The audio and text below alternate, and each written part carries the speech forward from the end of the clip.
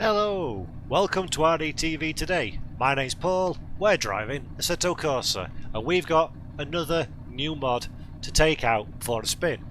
Today, we're driving the latest release from Zurich 1984, and it's another slightly obscure, very obscure racing car in the GAZ 2410 Volga, a car from the 406 Plus Racing Championship. I will admit I know absolutely nothing about this car or championship whatsoever, but I always enjoy Zurich 1984's mods. I enjoy driving things that are a little bit different, a little bit unusual, things that I'm not necessarily that experienced in, and it's an old school car, and we like old school cars. So today we're going racing against the AI in this GAZ 2410. I even have to look at the screen to remind myself of its name. That's how little I know about it. So yeah, let's go have some fun in a brand new mod for Assetto Corsa. So here we are, we're on track with the excellent 4-lie ring, which is another very good quality mod. Oh, and I've bogged down off the start rather dramatically because there's no horsepower and I had nowhere near enough revs. I'm wearing the racing version of the GAZ 2410, a new mod for Assetto Corsa by the quite prolific now Zurich 1984, author of some of the very pleasing Soviet era Formula style Formula Easter cars, amongst others, also in Assetto Corsa, and also cars that we've taken for a drive in the last few weeks and months. So be sure to have a look at those as well if you like the lesser known side of the automotive racing world in your sims. And this is, again, it's another lesser known racing car. It races in the Soviet and Baltic regions. We say hello to the RaceDepartment signage and nearly get involved in it. It races in the Baltic and Soviet retro championships.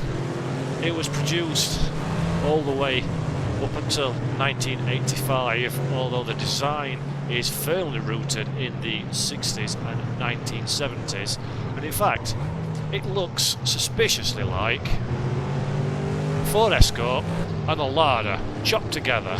A Ford Escort from the front, Lada from the rear, and I dare say GAZ used a lot of the at the time top cars in the European market as their inspiration for this rather cute little saloon touring car. It's not absolutely packed full of horsepower. You can probably tell by watching on screen now as we slowly but surely wind our way up the hill. Definitely a car for the shorter and twistier racetracks of Assetto Corsa. Wouldn't be a lot of fun, I don't think, at Monza.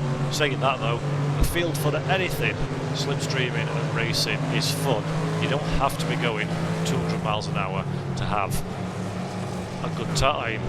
Now this car's not got a lot of horsepower, it's not got a lot of brakes either, nor has it got a lot of grip, and that makes for a real happy time. Manual H-pattern gearbox, as you would expect. Appears to be a very softly sprung car. You can see from my car and the other cars on track, the body roll is significant in these things, which gives the driver plenty to think about when going into corners and looking to do any kind of direction change. But the biggest thing to get used to is the fact it's got no brakes.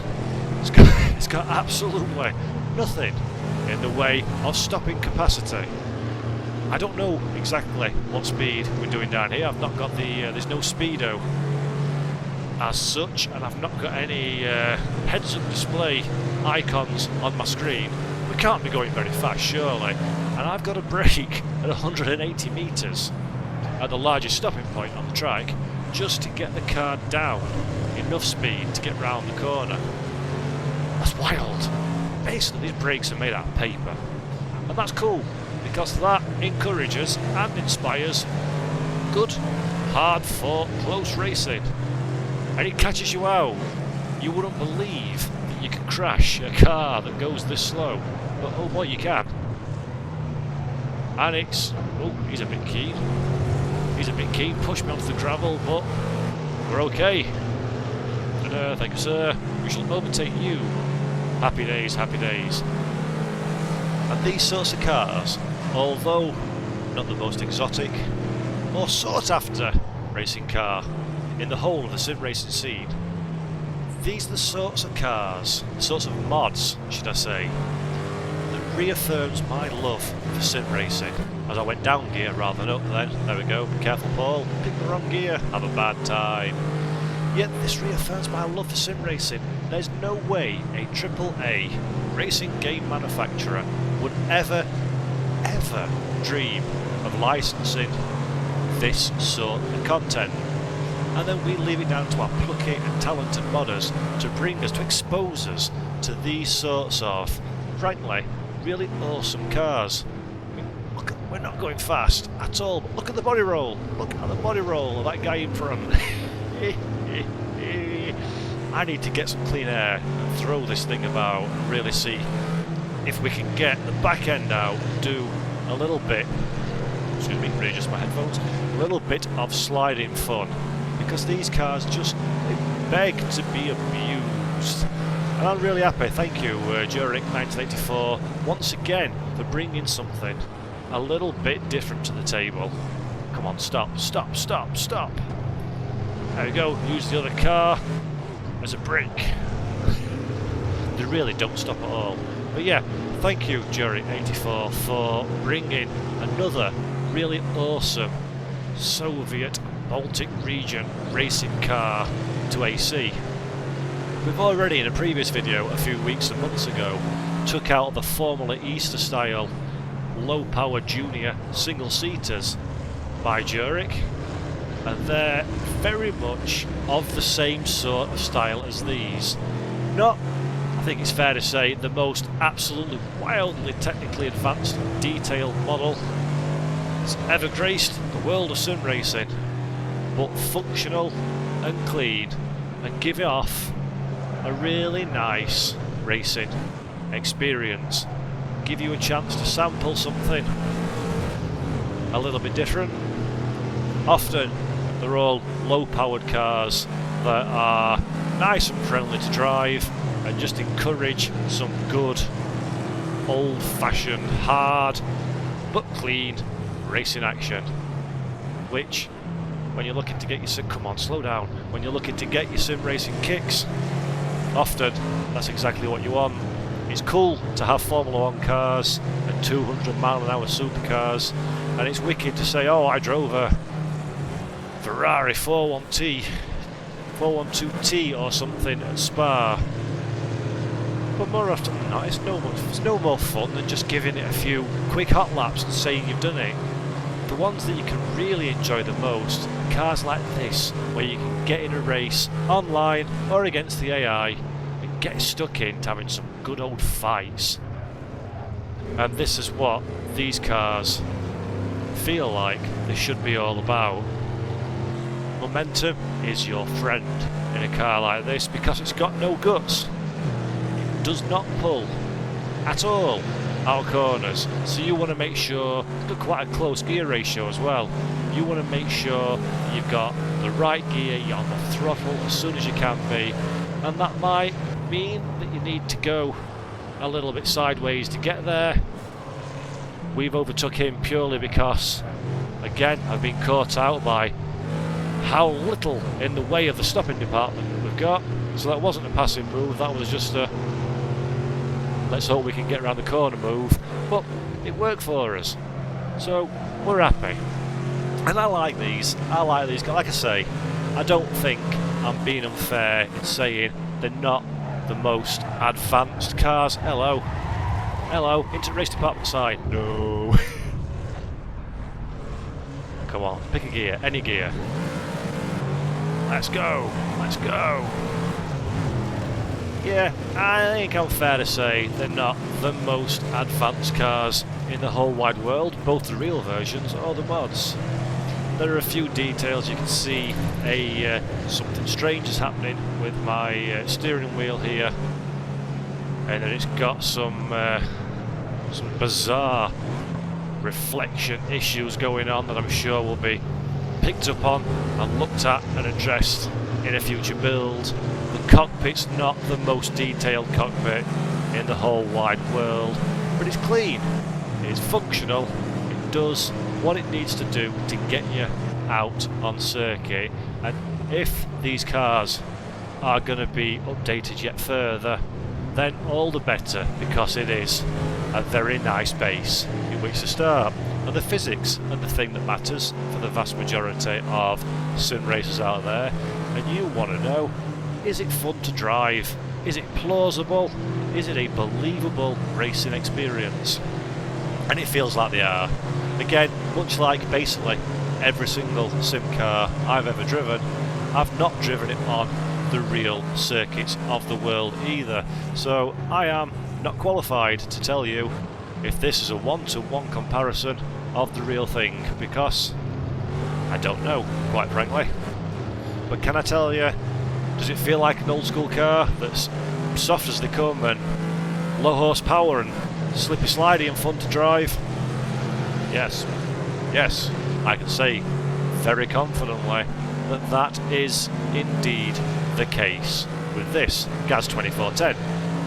It's awesome. I just need to get my head around the fact that the car does not stop. It's 200 metres we're braking at, and we're by the skin of our teeth have we managed to get the thing slowed down. Wow. I could arguably stop faster if I put my foot out of the door and scraped it along the floor, provided I had thick shoes, and I wear leather-soled shoes more often than not, so that would probably be unsuccessful for me. There we go, bit of a wrestle with the car, keep it going in a straight line, probably in the wrong gear, but if I drop down a gear, that's going to put me in a pickle as well, so let's try. Actually, on that occasion, dropping down a gear was the right course of action. So it's an interesting car to drive. As I say, the gear ratios are quite short in the places that you don't want them to be. Top gear is a long gear, so you can really max out the revs going down the big long straight of this track. But the middle gears are quite short together, and often you think you need to knock it down the cogs a little to get some more speed on corner exit, but often that's just going to leave you straight in to the red zone, bouncing off the limiter, and you have to pop back up gear again and lose even more of that oh so very precious momentum that we spoke about at the beginning of the video. So they're not as simple to drive as they may appear on face value, which is cool, which adds another element of, hey, actually, you know what, more than just novelty factor, this is a good sim racing experience. And that's a lot like the Formula cars, the Formula Easter cars that Jury 84 has also released. Again, they're not the most absolutely fabulously designed Kunos quality level 3D models or audio or anything like that, but they're just a lot of fun. A lot of fun to drive. And with this sort of thing, that's exactly what you want. I've seen more historic racing that you can shake a stick at, and these look, broadly, very much like what I would expect. Come on, stop, stop, stop, stop, stop. Get it sideways, get full lock on, get it back again. Oh, sweet. Oh, forget there's a corner there. Back up the gears. Now that's a save, ladies and gentlemen. That is a save. That hurt my wrists trying to wind the lock on and off, but that's what I'm talking about. That's just fun. That's the kind of thing that I'm looking forward to seeing in the replay, to see if it looked as good on screen as it felt behind the wheel. Probably didn't. Knowing my look, the camera view probably masked absolutely everything. And there we go. Forgot again to knock it down one to get the run under the Dunlop Bridge, but in a different name. That's a reference to Donington Park for those of you that think I'm talking about Le Mans. I'm not. I'm talking about the good old and now sadly departed Dunlop Bridge, Donington Park. Rest in peace, you iconic piece of motorsport trackside furniture. So yeah, I think this is a very nice mod indeed. I dare say there'll be some people out there in the community that will scoff at the choice of cars to recreate for Assetto Corsa, and will look at some of the more obvious visual flaws with the model. For example, I'm obviously not sitting behind a windscreen here, so there's not any detail in terms of dirt and debris on the windows. I've got the graphical glitch with the steering wheel that you saw earlier and will no doubt see again before this video is over and done with. But they're things with a mod like this that don't really matter. It's not intending to go out there and sit alongside Kunos and their standard default vanilla content for AC. It's intended to be exactly what it is. A passion for what must be during 1984's local sim racing scene to bring these kind of cars that the likes of me, sat here in good old UK, wouldn't know first thing about or would never have heard of, and to bring that fun to hundreds, if not thousands of people in Assetto Corsa. That's what this is. It's a labour of love. There's some skills, don't get me wrong. As I say, the physics on these cars feel really well done. Really well done indeed. And the models aren't dreadful by any stretch of the imagination. I mean, good lord, they're infinitely better than anything I could ever manage. I dare say they're a lot better than more than a little bit of the content that's available in various different locations around the Tinterweb. So I don't want to be doing this a disservice, and please forgive me if it comes across that way. It's absolutely not my intention. I have the utmost respect for the modders behind this car and everything else that's come out under during 1984's user profile over at RaceDepartment.com. They've brought plenty of fun to me, and I dare say this car will bring plenty more fun as well before the day, week, month and year are over. Hey, we're starting to get that braking point now. That's good news. We've got a bit of a run going up the hill. Come on, going up a hill. Reminds me of my first car, this. Going up a hill, throw everything out the window that has any weight whatsoever, and give it the best chance you possibly can, and get into the top of that hill successfully. Low horsepower cars are awesome. On reflection, maybe racing at Brands Hatch Indy would have been a better choice, but we were not to know until we got out onto the track ourselves. And it goes a little bit of a making sure I've got enough in the way of the stopping pedal pressed, and another lap. While we're talking about laps, actually, let's talk about the track. Let's make this a double token drive. So not only have we got the car, which I can give you precisely this much information about, or history of, which is something I normally do, because I don't know any of it. We'll talk about... Oops, got a neutral there. We'll talk about the track, and I've left my braking way too late. Slam the pedal to the floor, hope for the best, get the full lock on, and that didn't work out well for us, so maybe we're wiser to stay behind our chap in the red livery. And actually, before I do talk about the track, liveries, wicked. This mod comes with a whole bunch of liveries, so it's a very complete mod. You can have quite the grid of uniquely liveried cars if you so desire. So that's another nice thing, and that's another often the case with Durex cars. They do come with a nice selection of liveries from which to choose from, so that's really cool. That's another thing that, thank you very much, all adds to the pleasure of driving one of these mods. Dropping down a gear because I've gone up one too many. I'm using, this is a H pattern car by the way, but I am using the sequential shifter again today because the shiny newness of my Huskenveld sequential shifter has not worn off at all.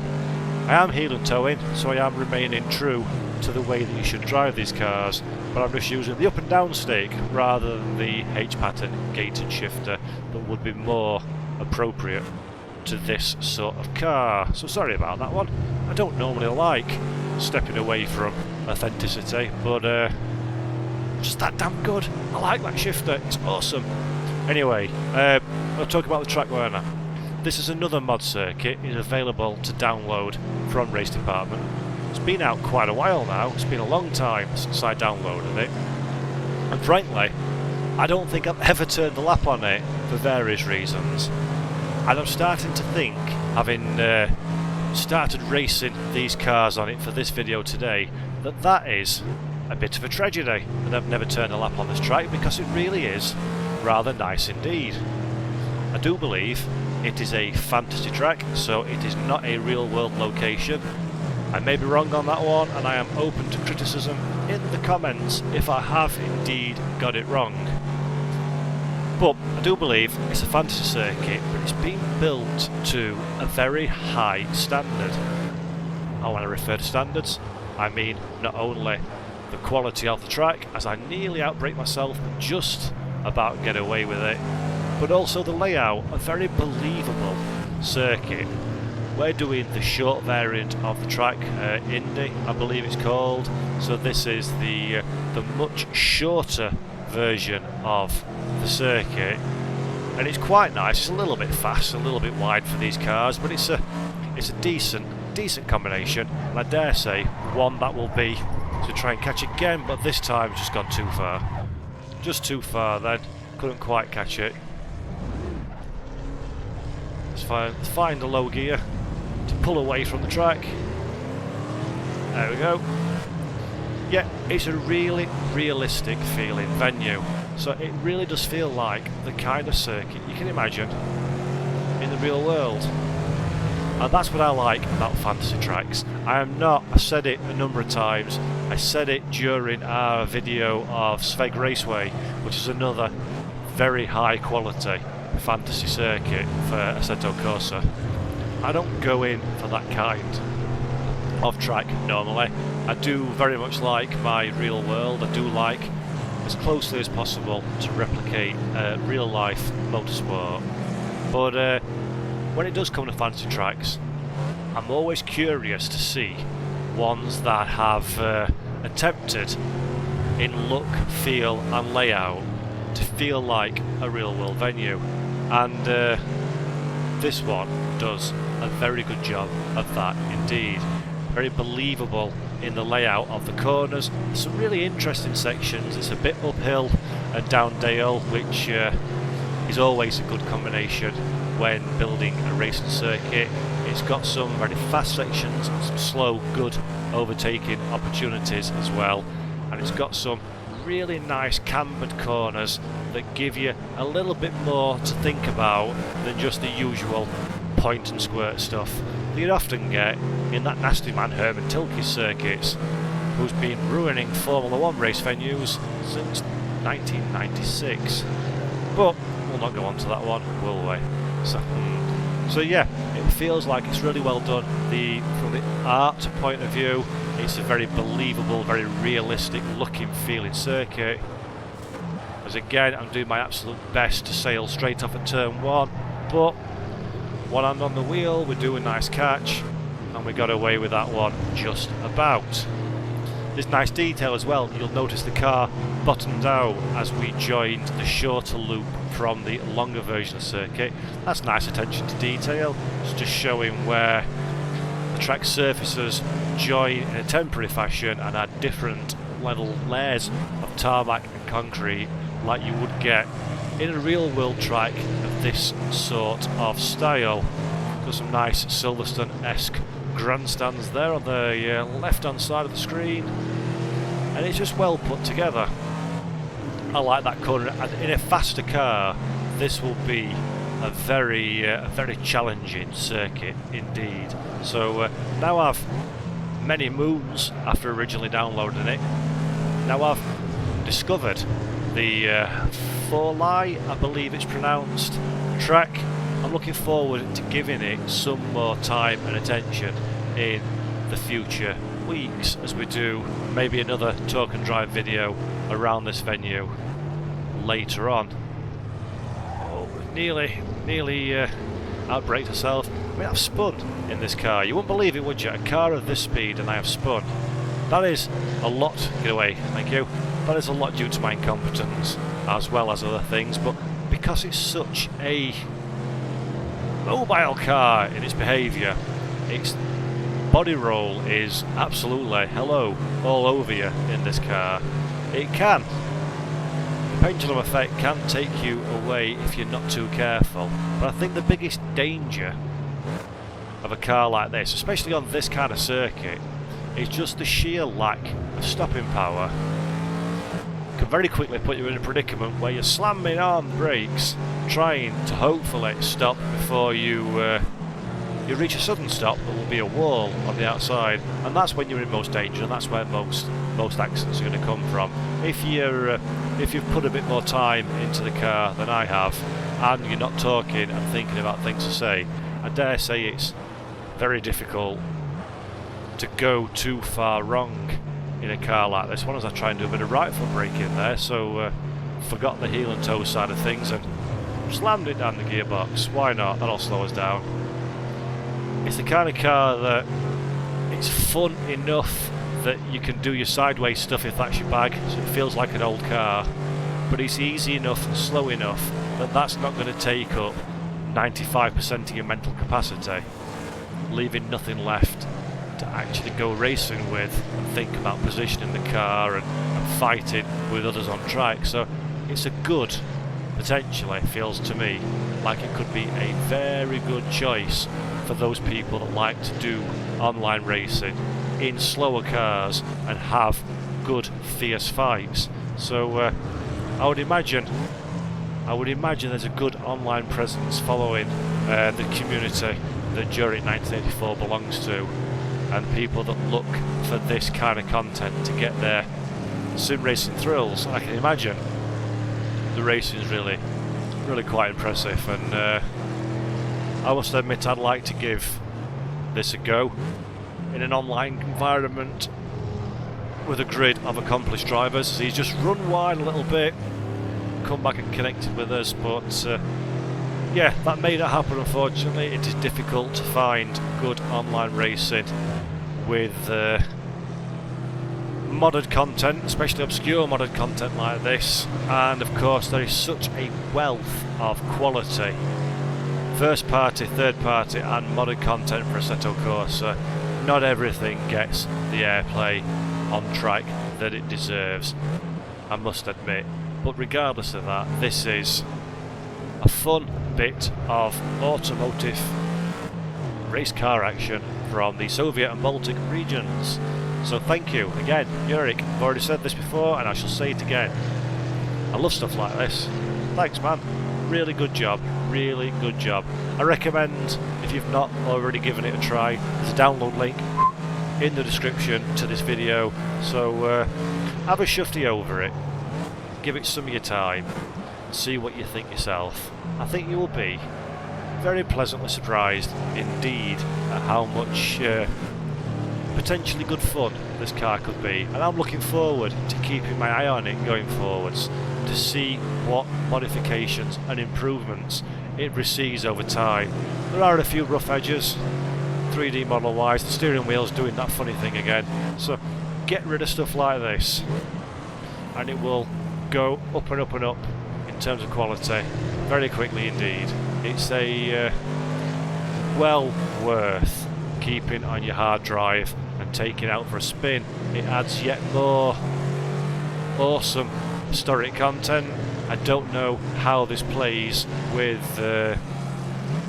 some other similar style cars from the 60s, 70s and very early 80s era, so it'd be nice if this was balanced quite closely with other similar cars to then yet further expand the historic grids when racing online and offline. I have a fantasy in my mind of doing a Goodwood festival, Good Revival style event. There's an excellent Goodwood by Mantasig out for both R Factor 2 and Assetto Corsa. there's a wealth of first and third party historic cars that would fit quite nicely together to do one of those races. So maybe 2019 is finally the year that we make that happen at Race Department. So keep your eyes on the prize, people. That might yet pull off. We shall see. Watch the space. But that might well be something of a difficult job to organise. So no promises, but I will continue planting the seeds of that idea in the minds of anybody that will listen, and hopefully a great tree will grow from that little acorn of an idea. But if it does, defo this car's in, because great kind of car, really good fun. And that's the end of our short but sweet 12-lap race in the wonderful GAZ by Zurich 1984, a new mod for Assetto Corsa. Apologies that that's not exactly filled with a wealth of information, just me making a plonker at myself while talking about things I know very little of.